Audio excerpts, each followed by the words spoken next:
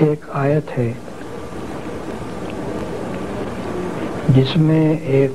دائی کی اہم خصوصیات کو بیان کیا گیا ہے، اور وہ یہ ہے کہ من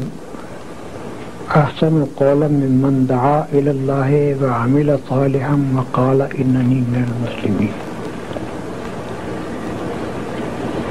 یعنی اس شخص سے اچھی بات اور کس شخص کی ہوگی جس نے اللہ کی طرف بلایا، نیک عمل کیا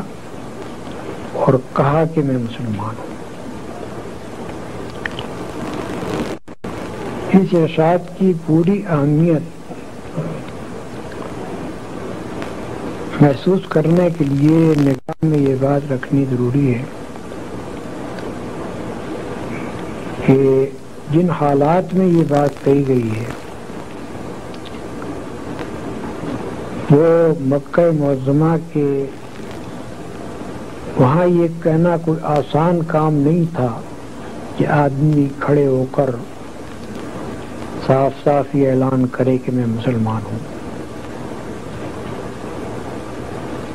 یہ بات کہنے کے معنی یہ تھے کہ گویا آدمی درندوں کو دعوت دے رہا ہے کہ میرے اوپر حملہ آور ہو جاؤ۔ اس بات کو پیش نظر رکھ کر دیکھیے، پہلی بات یہ فرمائی کہ بہترین قول اس شخص کا ہے جو اللہ کی طرف بلائے۔ دوسرے الفاظ میں ایک داعی حق کی خصوصیت یہ ہے کہ اس کی دعوت اللہ کی طرف ہو، کوئی دنیاوی غرض اس کے پیش نظر نہ ہو، نہ قومی، نہ وطنی، نہ خاندانی، نہ کسی قسم کی مادی غرض، کوئی دوسری غرض اس کے پیش نظر نہ ہو، خالص اللہ کی طرف دعوت دے۔ اور اللہ کی طرف دعوت دینے کا مطلب سیدھا سادہ یہ ہے، اگر آدمی قرآن مجید پر نگاہ رکھے کہ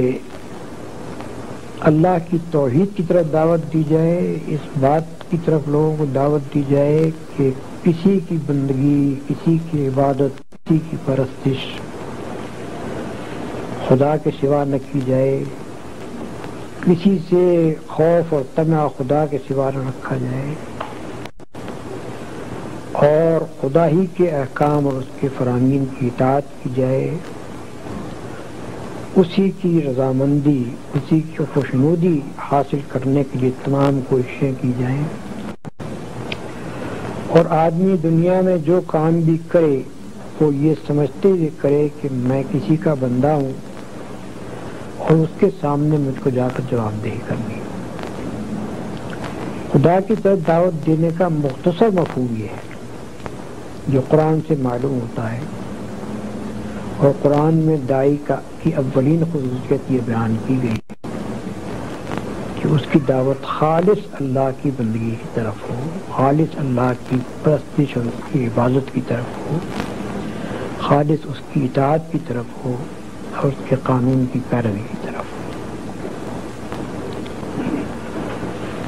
دوسری بات جو اس میں فرمائی گئی ہے وہ یہ ہے کہ وعمل صالحا، نیک عمل کرے۔ اس کا ذرا سا بھی آدمی غور کرے تو اس کا مفہوم صاف اس کی سمجھ میں آ جائے گا کہ اللہ کی طرف دعوت دینے والے کا اپنا عمل اگر درست نہ ہو تو پھر اس کی دعوت کا کوئی اثر نہیں ہو سکتا۔ جس چیز کی طرف وہ دعوت دے رہا ہے اس کا مجسمہ ہونا چاہیے اس داعی کو، اس کی اپنی زندگی میں خدا کی نافرمانی کا کوئی اثر نہ پایا جائے،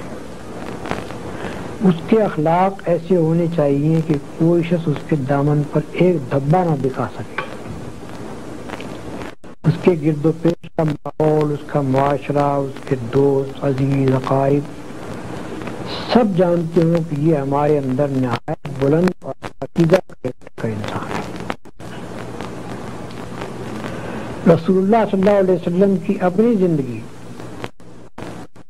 اس بات کی شہادت دیتی ہے کہ اللہ کی طرف دعوت دینے کے لیے کھڑے ہونے سے پہلے 40 سال تک وہ معاشرہ جس میں آپ رہے اس میں کوئی ایک فرد بھی ایسا نہ تھا کہ جو آپ کی بلندی اخلاق کا قائل نہ ہو، آپ کی طاہر اور پاکیزہ زندگی کا قائل نہ ہو۔ اس حد تک لوگ قائل تھے کہ جو آپ سے قریب ترین تھے، جن سے آپ کی زندگی کا کوئی پہلو چھپ نہیں سکتا تھا، وہ اتنے آپ کے معتقد تھے کہ جب آپ نے نبوت کا اعلان کیا تو سب سے پہلے انہوں نے اقرار کیا۔ حضرت خدیجہ رضی اللہ عنہ 15 سال سے رسول اللہ صلی اللہ علیہ وسلم کی زوجیت میں تھی، اور کوئی کم سن عورت نہیں تھی، بلکہ رسول اللہ صلی اللہ علیہ وسلم سے 15 برس بڑی تھی۔ اس کے معنی یہ ہے کہ جس وقت آپ نے نبوت کا دعویٰ کیا ہے اس وقت ان کی عمر 55 سال تھی۔ جو بیوی کی عمر سے اپنے شوہر کے ساتھ 15 سال رہی ہو، اس سے شوہر کا کوئی عیب چھپ ہی نہیں سکتا۔ دنیاوی اغراض کے لیے ایک بیوی اپنے شوہر کے ساتھ تمام اس کے ناجائز کاموں میں شریک ہو سکتی ہے، لیکن اس کا ایمان نہیں لا سکتی، عقیدتاً یہ ماننے کے لیے تیار نہیں ہو سکتی کہ یہ اتنا بلند پایا آدمی ہے کہ یہ خدا کا رسول ہو سکتا ہے اور ہونا چاہیے۔ تو وہ آپ کی اس حد تک معتقد تھی نبوت سے پہلے کہ جب آپ نے نبوت کا ماجرا ان کے سامنے پیش کیا تو انہوں نے ایک لمحے کا تأمل کیے بغیر اس کو تسلیم کیا۔